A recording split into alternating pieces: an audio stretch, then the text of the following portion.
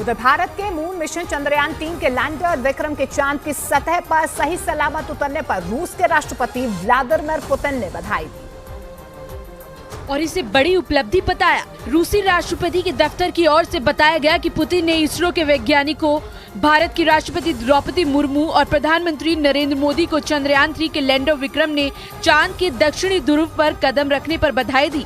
इतना ही नहीं, पुतिन ने अपने संदेश में भारत के मिशन मून को अंतरिक्ष से जुड़ी रिसर्च के लिए बड़ा कदम बताया। पुतिन के मुताबिक चांद पर भारत की ये सफलता विज्ञान और तकनीक के क्षेत्र में उसके बढ़ते कदमों की गवाही देता है।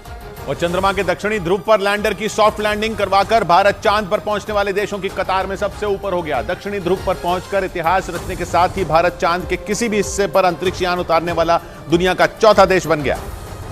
क्योंकि भारत से पहले पूरी दुनिया में सिर्फ 3 देश ही चंद्रमा पर पहुंचने में कामयाब हो सके हैं। उन देशों में अमेरिका, रूस और चीन शामिल है। लेकिन चंद्रमा के दक्षिणी ध्रुव पर उतरने के साथ ही भारत इन देशों से भी आगे निकल गया, क्योंकि इन तीनों देशों के अंतरिक्ष यान चांद के दक्षिणी ध्रुव पर नहीं उतरे थे।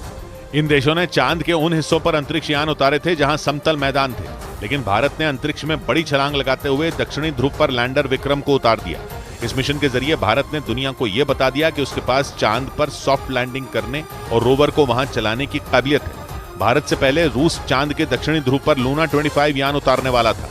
21 अगस्त को यह लैंडिंग होनी थी, लेकिन आखिरी वक्त पर वो रास्ते से भटककर क्रैश हो गया। उधर इसरो के वैज्ञानिकों के मुताबिक चंद्रयान-3 मिशन के तहत लैंडर विक्रम को चांद की सतह पर उतारने के लिए 20 जगहों का चयन किया गया था।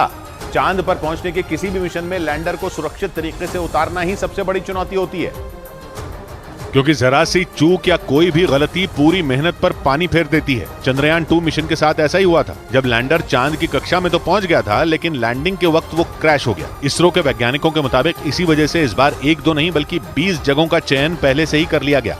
दावा है कि इस काम में चंद्रयान-2 के ऑर्बिटर ने बड़ी भूमिका निभाई, जो 4 साल बीतने के बाद भी चांद के चक्कर लगा रहा है। उसमें लगे कैमरों ने चांद के दक्षिणी ध्रुव की कई तस्वीरें भेजी। इसके अलावा अमेरिकी स्पेस एजेंसी नासा ने भी सही लैंडिंग के लिए दक्षिणी ध्रुव की कुछ तस्वीरें इसरो तक पहुंचाई, जिनके आधार पर वैज्ञानिकों ने 20 में एक ऐसी जगह का चयन किया जो लैंडिंग के हिसाब से सबसे सटीक हो।